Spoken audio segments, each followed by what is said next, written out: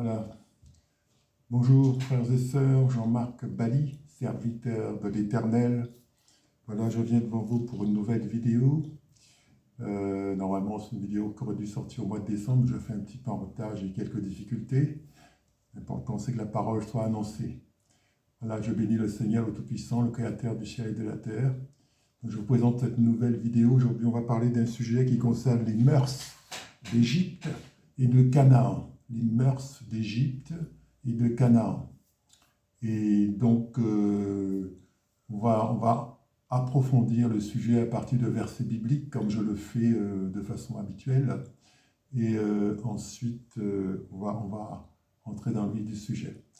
Alors, je viens maintenant pour assainir spirituellement la situation. Je vais chasser tout esprit impur. Je commande à tout esprit démoniaque, entité spirituelle qui ne confesse pas Jésus-Christ en activité ici, de quitter ces lieux sans délai, sans retour, au nom de Jésus-Christ, le Fils unique de Dieu. Tout esprit ici présent, je lui commande d'être soumis à l'autorité du nom de Jésus. Voilà. Au nom de Jésus-Christ, le Fils unique de Dieu, vous n'intervenez pas en aucune façon dans cette prédication. Au nom de Jésus-Christ, le Fils unique de Dieu. Voilà. Donc aujourd'hui, on va parler donc des mœurs d'Égypte et de Canaan.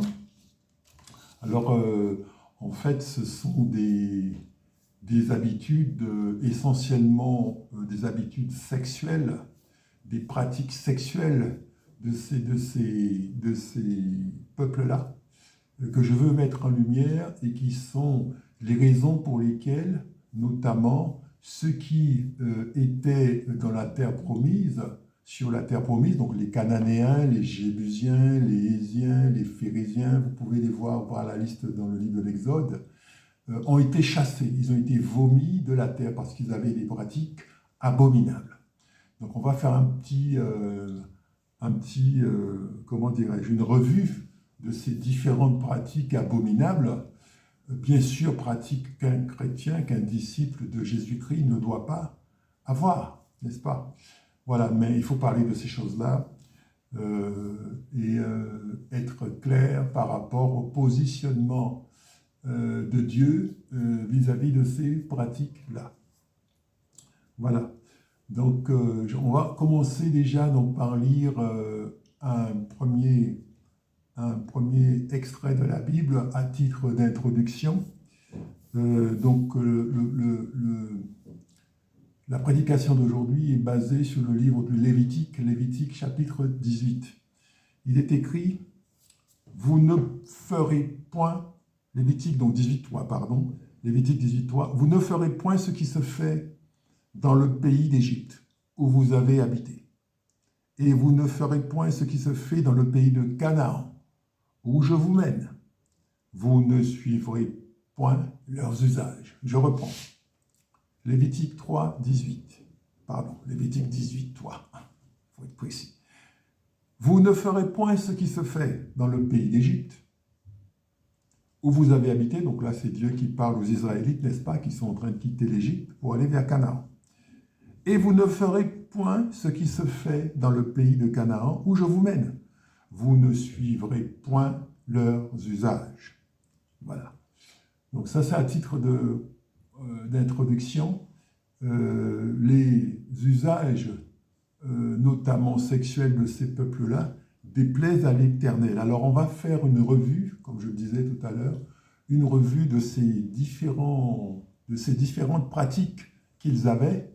Parce qu'aujourd'hui, on peut entendre toutes sortes de choses, de gens qui vous disent, par exemple, que du moment qu'on est marié, qu'on peut tout faire, de gens qui vous disent que ce n'est pas si grave, le péché sexuel, de gens qui vous disent que vous pouvez faire à peu près tout ce que vous voulez, que Dieu est bon et qu'il va effectivement accepter vos pratiques. Je tiens ici à dire que ce n'est pas le cas et qu'on peut se faire rejeter par Dieu. Je pense que c'est quelque chose de tout à fait, d'actualité. Un chrétien qui a des pratiques qui ne plaisent pas à l'Éternel, qui ne se repent pas et qui continue, qui persévère dans ses pratiques de façon volontaire, va se faire rejeter par Dieu. Ce n'est pas parce qu'on est chrétien qu'on est sauvé et que c'est quelque chose de définitif et qu'à partir de là, on peut se permettre de faire tout ce qu'on veut, n'importe quoi. Non, il faut marcher convenablement, marcher droit et arriver, n'est-ce pas, au bout du chemin en ayant respecté ce que le Seigneur disait, en ayant marché conformément à la volonté du Seigneur. Et là, effectivement, on peut se dire qu'on est, qu'on est entré dans le royaume. Mais tant qu'on n'est pas parvenu au bout du chemin, on ne peut pas dire cela. Donc ça veut dire qu'il faut rester constant, il faut rester fidèle pendant toute la marche. Voilà. On vit dans un temps où il y a beaucoup de laisser-aller, beaucoup d'autres voix, de gens qui vous disent que vous avez le droit de vivre comme vous voulez, qui banalisent la parole de Dieu. J'entendais quelqu'un l'autre jour dire sur Internet, mais la Bible, ce n'est qu'un livre. La Bible, ce n'est qu'un livre. D'accord? Ça veut dire qu'il y a d'autres références, et ce n'est pas parce que quelque chose est écrit dans la Bible qu'il faut prendre ça pour la vérité. Et on peut effectivement se départir de ce qui est écrit dans la Bible. Voilà, donc je tiens à dire à ceux qui aiment le Seigneur que ce n'est absolument pas vrai. Le Seigneur Jésus-Christ a dit, si quelqu'un m'aime, il gardera ma parole. Voilà, la parole du Seigneur Jésus-Christ, c'est la Bible. Voilà. Alors, on va donc parcourir, donc, comme je vous disais, les différentes pratiques de ces peuples-là. Notamment, on va parler de l'inceste. Voilà, on a pas mal de trucs à voir. On va parler de l'inceste. Donc, c'est des gens qui pratiquaient l'inceste. Vous voyez? C'est-à-dire des relations sexuelles entre les membres d'une même famille. Ce sont des choses qui se font aujourd'hui. Ce sont des choses qui sont cachées, bien sûr. Rares sont ceux qui le mettent en avant et qui l'avouent de façon publique. Mais ce sont des pratiques qui se font aujourd'hui et qui viennent de ce temps-là. Vous voyez, on est au temps de Moïse. Moïse, c'est entre 1300 et 1500 ans avant Jésus-Christ. Donc vous voyez, aujourd'hui, Jésus-Christ, c'est 2000 ans. Donc on est à peu près à 3500, 3300 ans. Vous voyez la profondeur du mal et les origines de ces choses-là. Donc il y a des gens qui pratiquent ces choses-là aujourd'hui et qui pensent que, ma foi, que c'est quelque chose qui se fait et que du moment du moment qu'il y a l'amour, je ne sais pas, bon, qu'ils le font et qui n'ont absolument aucune crainte de Dieu. Voilà. Donc, Lévitique chapitre 18, verset 6, il est écrit « Nul de vous ne s'approchera de sa parente pour découvrir sa nudité.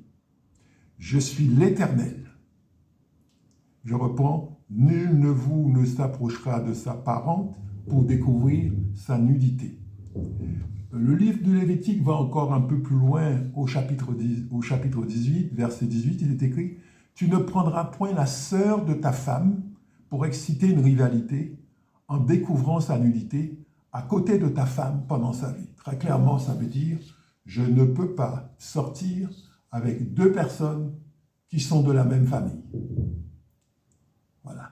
Je ne peux pas sortir avec deux personnes qui sont déjà, bon, il y a l'adultère, c'est-à-dire que je suis censé avoir une seule personne.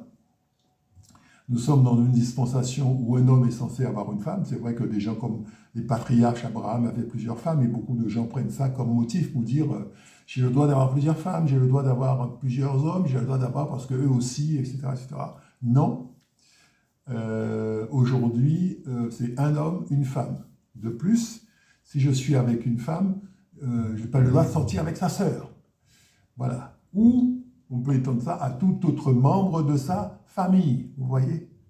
Alors, il est important que ces choses-là soient dites pour qu'il n'y ait pas d'ambiguïté et que ceux qui sont là-dedans et qui sont égarés et qui désirent plaire au Seigneur, eh bien, qu'ils plaisent au Seigneur en changeant leurs mœurs, changeant leurs habitudes. Donc, encore une fois, ces mœurs sont d'origine ancestrale, viennent de l'Égypte ancienne et aussi des peuples, des Cananéens, qui habitaient la terre qui était destinée à Israël.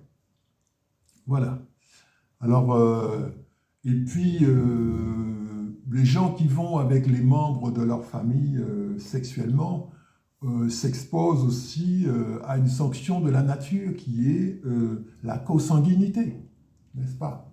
La consanguinité. Donc la consanguinité, on voit tous les dégâts que ça peut causer au niveau de la santé mentale des progénitures. Hein, c'est des progénitures altérées qui sont produites de cette manière-là. Voilà. Donc, dans le livre du Lévitique, au chapitre 18, ces questions sont clairement abordées et condamnées. Voilà. Ensuite, on parle aussi des menstruations. Les menstruations, bon, chacun sait ce que c'est. Donc, c'est la condition de la femme qui se purifie une fois par mois de cette manière-là. Et donc, ce qui est rejeté d'elle, ce sont les impuretés qui sont enlevées d'elle de cette façon-là, c'est-à-dire par un flux sanguin mensuel. Voilà. Il est clairement dit dans le livre du Lévitique aussi, chapitre 18, que la femme, pendant ce temps-là, est impure et que par conséquent, elle ne peut pas avoir de relation avec un homme. Donc, même si deux personnes sont mariées légalement, tout à fait normalement, c'est un temps pendant lequel ils ne peuvent pas avoir des relations. C'est un temps de purification pour la femme, pour qu'elle puisse effectivement voilà, se débarrasser de sa nojose par un flux sanguin. Et les relations intimes sont naturellement interdites selon Dieu dans ce temps-là. Donc ceux qui le font, encore une fois, c'est pour qu'ils sachent qu'en faisant ça, ils sont dans la désobéissance et que par conséquent, ils doivent changer leurs attitudes, leur comportement. Voilà, je vais lire le passage, Lévitique 18, verset 19. Il est écrit, « Tu ne t'approcheras point d'une femme pendant son impureté menstruelle pour découvrir sa nudité. » Tu n'auras... Voilà. Et donc, au verset 20, il est écrit « Tu n'auras point commerce avec la femme de ton prochain pour te souiller avec elle. » Voilà. Donc, il y a deux parties. Ce n'est pas que la menstruation. On parle aussi de ce qui est connu, c'est-à-dire l'adultère. C'est-à-dire, je suis marié et j'ai des relations sexuelles extra-conjugales. Voilà. Et donc, toutes ces pratiques sont des pratiques interdites. Alors, vous avez des églises, des gens, des pasteurs qui vous disent voilà que le Seigneur, il est miséricordieux. Vous avez des gens qui pratiquent le péché et qui se mettent à l'aise avec le péché. Le fait de pratiquer le péché dans un domaine quelconque, c'est une chose. Être à l'aise avec le péché, ça veut dire qu'on n'a pas l'intention de s'en séparer. Vous avez des gens qui sont dans le péché et qui le vivent mal, qui essayent de s'en sortir et qui n'y arrivent pas. De plus, vous avez aussi toute la partie démoniaque dont on ne parle pratiquement jamais. Hein, vous apparaissez pour un fou, quelqu'un qui vient de je ne sais où, quand vous commencez à parler de démons, mais les démons existent, les démons sont là. Jésus a chassé les démons. Donc on peut être un chrétien et avoir une partie dans sa vie où on est complètement démonisé, d'accord? C'est-à-dire un domaine où on n'est pas maître, et notamment la sexualité, vous voyez? Donc les esprits impurs sont là aussi pour pousser à la désobéissance par rapport à la sexualité. Moi, je viens de la Guadeloupe, je suis guadeloupéen, donc nous sommes des insulaires. Et donc, avec le temps, c'est comme si vous remontez les générations, vous comprenez que vous avez des ancêtres qui ont passé tout un tas d'accords avec ce qu'on appelle des esprits des eaux, des alliances. Les esprits des eaux, c'est des esprits dont la spécialité, c'est de pousser les hommes dans la désobéissance par le biais de l'immoralité sexuelle. Donc quand vous êtes habité par un esprit impur ou des esprits impurs qui vous poussent à l'immoralité sexuelle, avoir des relations avec une femme en état de menstruation, c'est des choses que vous pouvez faire. C'est des choses que vous pouvez pratiquer. Encore une fois, moi je ne suis pas là pour condamner, le jugement appartient à Dieu. Mais il faut absolument que les choses soient connues, que les choses soient dites, et qu'on comprenne pourquoi les gens disent ça. On n'est pas là pour empêcher les gens de vivre leur vie.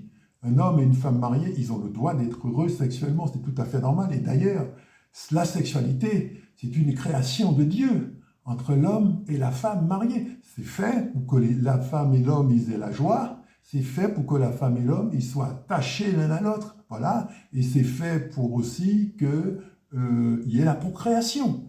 Donc tout ceci, ce sont des œuvres divines dans la mesure où elles sont faites dans le cadre que Dieu décrit. Donc c'est important qu'il y ait des gens qui osent encore dire ce que Dieu dit sur un certain nombre de sujets, même si on se fait détester, même si on se fait rejeter, même si on se fait haïr, il n'y a pas de problème par rapport à ça. L'important, c'est que la vérité soit dite et qu'on ait le courage d'affirmer sa foi et subir, n'est-ce pas, tout un tas de persécutions qui vont avec. Voilà. Donc il n'y a pas d'enfant de Dieu qui marche avec Dieu, qu'on ne cherchera pas à persécuter. Il est écrit, tous ceux qui veulent vivre pieusement en Jésus-Christ seront persécutés. Donc vous avez tout un tas d'agents dans le monde, notamment des esprits impurs, vous avez des gens aussi, des êtres humains, qui vont pousser dans ce genre de direction, c'est-à-dire pour pousser les gens à agir un petit peu de façon totalement libre, sans tenir compte absolument de Dieu, sans crainte de Dieu, et avoir tout un tas de pratiques sexuelles, tout un tas de pratiques qui déplaisent à Dieu. Voilà, encore une fois, vous voyez, nous n'avons bien rien inventé, notre génération n'a rien inventé, cela existait déjà depuis très très longtemps, des milliers d'années avant nous, d'accord? Voilà, voilà, donc c'est important de rappeler et que les clous soient bien enfoncés dans ce domaine-là. Voilà. Ensuite, on va voir un autre sujet par rapport à ça, qui concerne tout ce qui sont les pratiques, donc les pratiques de ces peuples, donc les Égyptiens, les Canadiens essentiellement, mais ils ne sont pas les seuls, qui est le sacrifice d'enfants. Sacrifice d'enfants, sacrifier des enfants. Sujet très délicat, où des parents acceptent, pour des raisons X, de livrer leurs enfants à la mort. Voilà ce que font certains peuples. Et aujourd'hui, ça se fait. C'est des choses qui se font aujourd'hui encore. Encore une fois, notre génération n'a rien inventé. Simplement, c'est plus caché. Ça se fait plus en réseau. Quand vous avez un réseau, il faut rajouter, je pense qu'au mot réseau, les gens parlent de réseau, c'est-à-dire un groupement de gens, il faut rajouter le mot réseau, le mot privé au mot réseau. C'est un réseau privé, c'est-à-dire un réseau de gens privés. Et vous n'avez aucune idée de ce qui se passe dans le réseau tant que ça ne vous est pas révélé ou que vous-même, vous ne faites pas partie du réseau ou que vous faites partie d'un service qui a des moyens d'investigation et qui font que vous avez accès à un certain nombre d'informations. Mais je sais et je suis convaincu, ce sont des choses qui se font aujourd'hui. Je veux prier pour tous ces enfants qui sont livrés à la mort par leurs parents, notamment par le biais de l'avortement. D'accord ?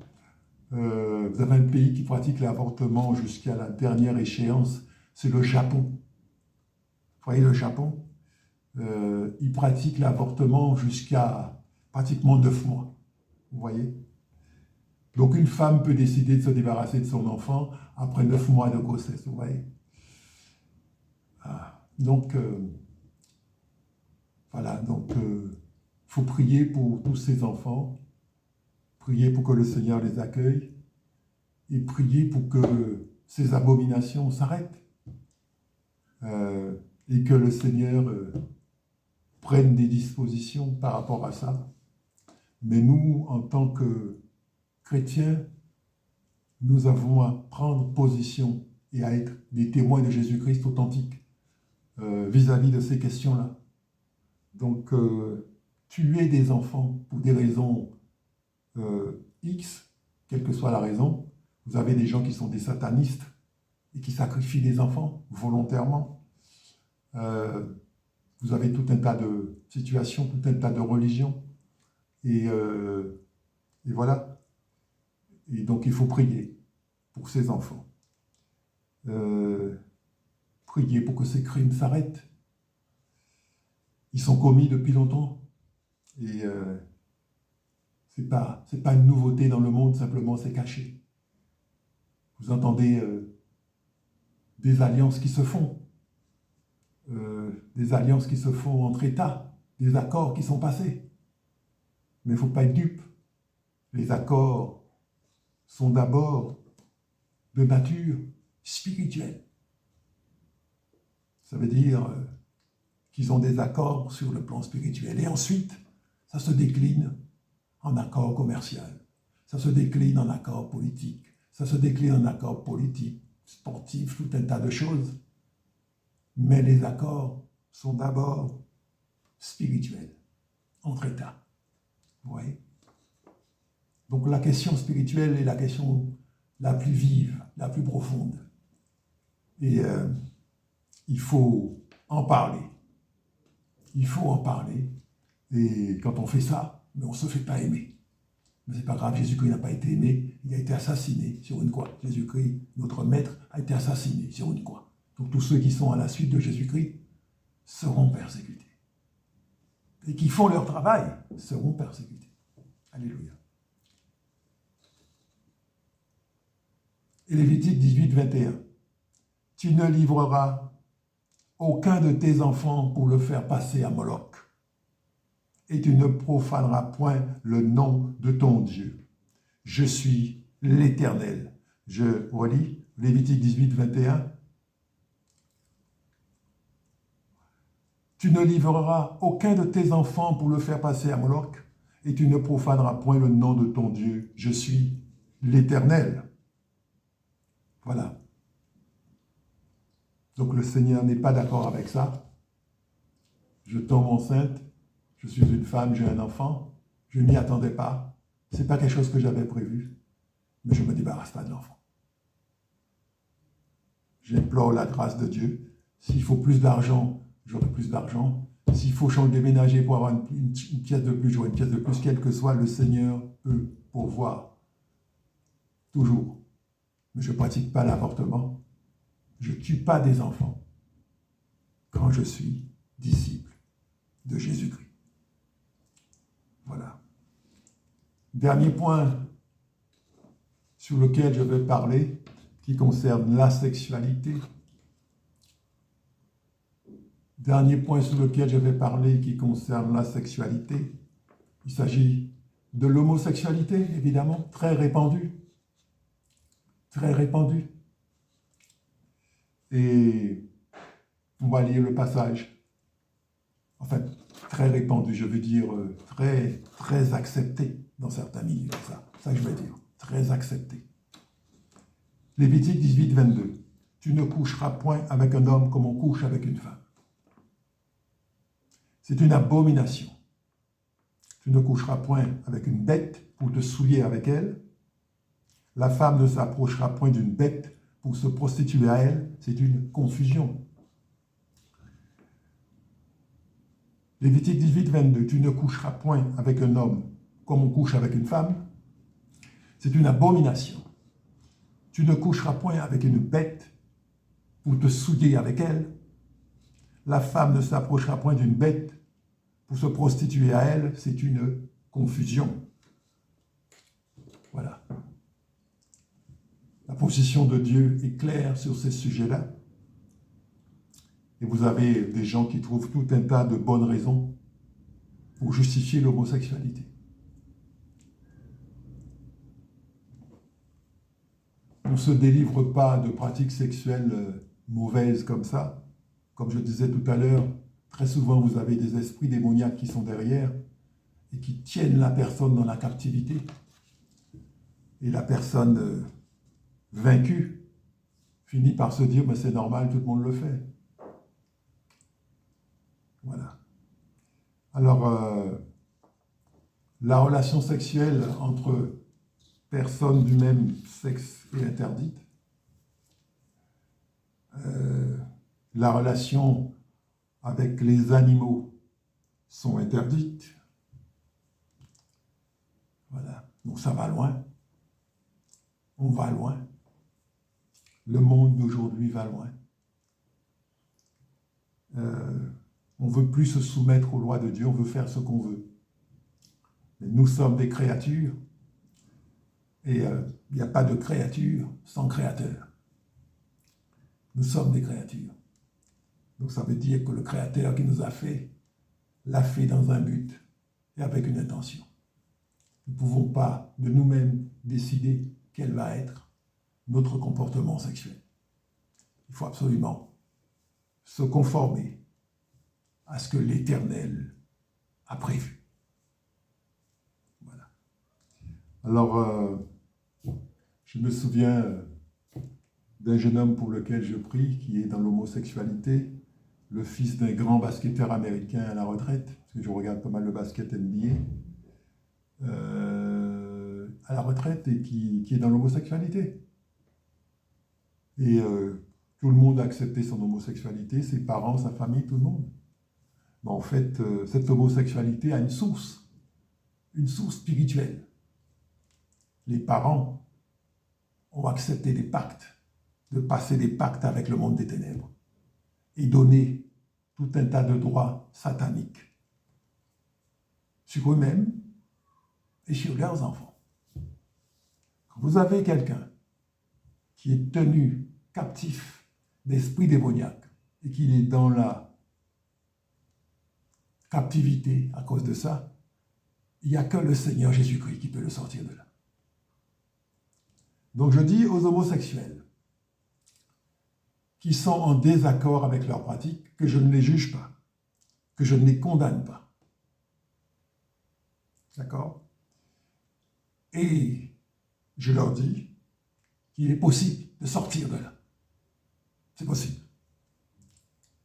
Il faut qu'ils donnent leur vie à Jésus-Christ, qu'ils aillent voir un pasteur authentique, un vrai pasteur, parce qu'il y a beaucoup de faux pasteurs aujourd'hui, des gens qui vous font croire que c'est le Christ qu'ils adorent, alors que par derrière, ils sont dans des organisations secrètes et adorent des esprits impurs, des démons. Voilà. Un vrai pasteur, c'est-à-dire, quand je dis un vrai pasteur, ce n'est pas forcément un pasteur, mais je veux dire quelqu'un qui est vraiment disciple de Jésus-Christ, et demander la prière, et surtout demander le baptême par immersion. Donc, les faux pasteurs, il y en a plein. Il y a des gens qui croient qu'ils sont baptisés alors qu'ils ne le sont pas. Il y a des gens qui croient qu'ils sont à Jésus-Christ alors qu'ils ne le sont pas. Ils sont dans d'autres alliances.